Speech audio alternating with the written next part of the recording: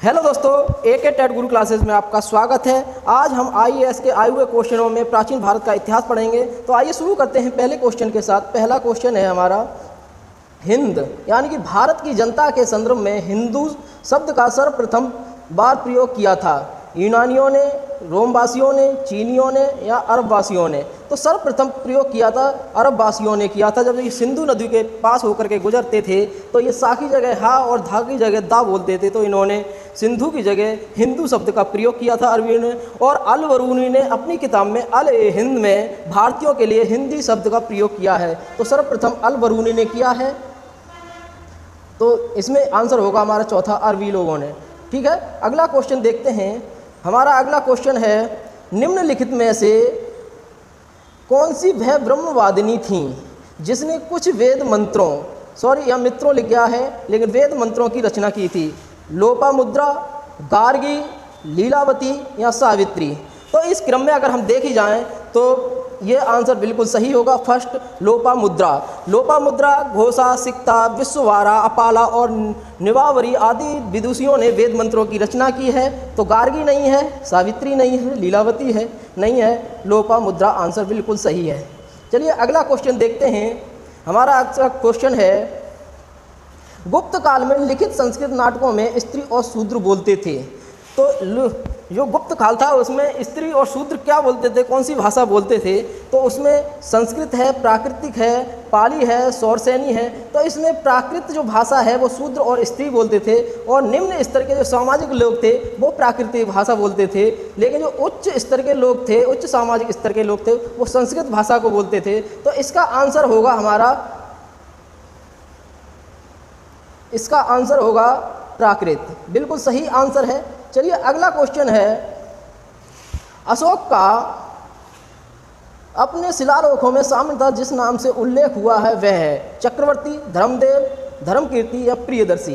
तो इसका आंसर होगा प्रियदर्शी, बिल्कुल सही आंसर है। लेकिन कुछ अभिलेखों में देवनाम मिलता है, देवनाम, और कुछ अभिलेखों में अशोक मिलता है, लेकिन इस क्वेश्चन का आंसर प्रियदर्शी बिल्कुल सही है।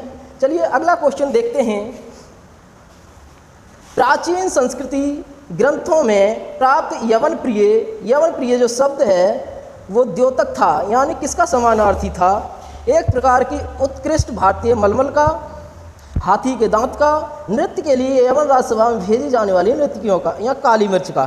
तो हम आपको बता दें, यवन इंडो ग्रीक थे, उन्हें काली मिर्च बहुत पसंद थी। ग्रीक जो लोग थे उन्हें काली मिर्च बहुत पसंद थी। काली मिर्च का ही नाम यवन प्रिय हो गया था इसी कारण। तो जो प्राचीन संस्कृति ग्रंथों में यवन प्रिय जो नाम है वो काली मिर्ची का है। तो हमारा राइट आंसर हो गया काली मिर्ची। चलिए अगला आंसर देखते हैं। अगला क्वेश्चन है, अणुव्रत सिद्धांत का प्रतिपादन किया था महायान बौद्ध संप्रदाय ने, हीनयान बौद्ध संप्रदाय ने, जैन धर्म ने या लोकायत शाखा ने? तो हमारा इसका आंसर होगा, बिल्कुल सही आंसर है, जैन धर्मियों ने।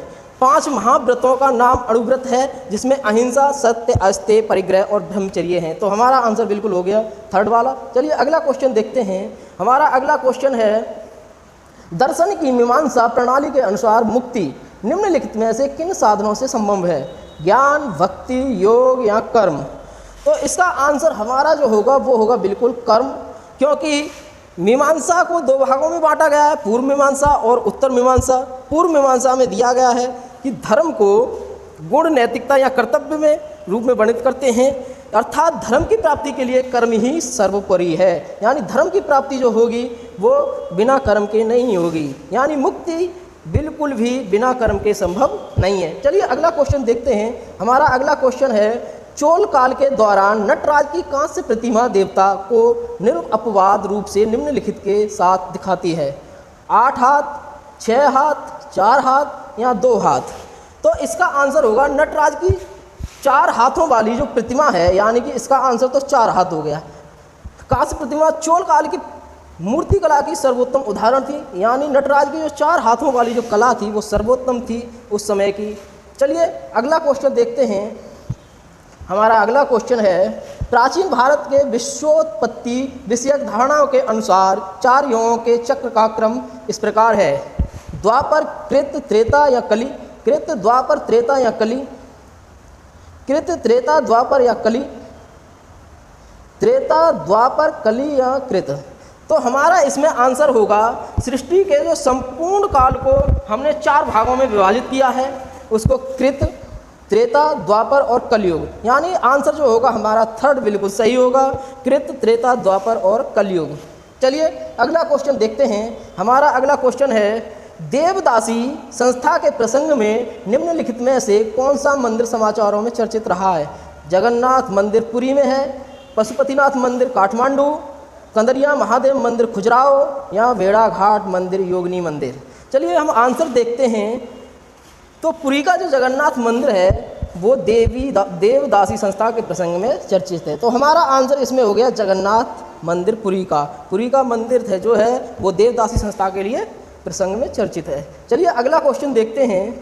हमारा अगला क्वेश्चन है, आरंभिक वैदिक साहित्य में सर्वाधिक वर्णित नदी है? तो ऋग्वेद में इसी को कहते हैं, ऋग्वेद को ही कहते हैं प्रारंभिक साहित्य। तो ऋग्वेद में सबसे ज़्यादा नदी का जो वर्णन है वो सिंधु नदी का है, उसके बाद सरस्वती नदी का है, गंगा नदी का केवल एक बार वर्णन हुआ है, गंगा नदी का केवल एक बार वर्णन हुआ है, और यमुना नदी का केवल 3 बार वर्णन हुआ है। सबसे ज़्यादा सिंधु नदी का वर्णन हुआ है, उसके बाद सरस्वती नदी का, और यमुना नदी का 3 बार, गंगा नदी का 1 बार। तो हमारा आंसर हो गया सिंधु नदी। चलिए अगला क्वेश्चन देखते हैं। निम्नलिखित में से आरंभिक जैन साहित्य का भाग नहीं है? थेरी गाथा, आचारांग सूत्र, सूत्र कृतांग, बृहद कल्प। तो इसमें हमारा आंसर होगा थेरी गाथा। थेरी गाथा बौद्ध साहित्य है, और जैन साहित्य ये हैं आचारांग सूत्र, सूत्र कृतांग और बृहद कल्प सूत्र। तो हमारा आंसर हो गया थेरी गाथा, बिल्कुल सही आंसर है क्योंकि ये बौद्ध साहित्य है। चलिए अगला क्वेश्चन देखते हैं। हमारा अगला क्वेश्चन है, प्राचीन भारतीय समाज के प्रसंग में निम्नलिखित शब्दों में से कौन सा शब्द शेष 3 के वर्ग का नहीं है? कुल, वंश, कोश, गोत्र। तो ये कुल और वंश गोत्र जो है परिवार के संबंध है, परिवार से संबंध है। कोश जो शब्द है वो प्राचीन काल में कोषाध्यक्ष के रूप में, यानी जहाँ पैसे की बात होती थी उसे कोष कहते थे। तो हमारा जो आंसर है वो इस वर्ग के भीतर नहीं है, थर्ड वाला, ये विपरीत है इन तीनों से। तो हमारा आंसर हो गया थर्ड वाला। चलिए अगला क्वेश्चन देखते हैं। हमारा अगला क्वेश्चन है, निम्नलिखित में से गुप्त काल में अपनी आयुर्विज्ञान विषयक रचना के लिए जाना जाता है? सौमिल, शूद्रक, शौनक, सुश्रुत। तो हमारा ये आंसर होगा चौथा, सुश्रुत। शल्य चिकित्सा के लिए जो जाने जाते हैं वो सुश्रुत हैं। इन्हें ही आधुनिक शल्य चिकित्सक कहते हैं, और प्लास्टिक सर्जरी का जनक भी माना जाता है सुश्रुत को। तो हमारा आंसर बिल्कुल सही हो गया, सुश्रुत। अगला क्वेश्चन देखते हैं। हमारा अगला क्वेश्चन है, निम्नलिखित में से किस मूर्ति कला में सदैव हरित स्तरित चट्टान का प्रयोग माध्यम के रूप में होता है?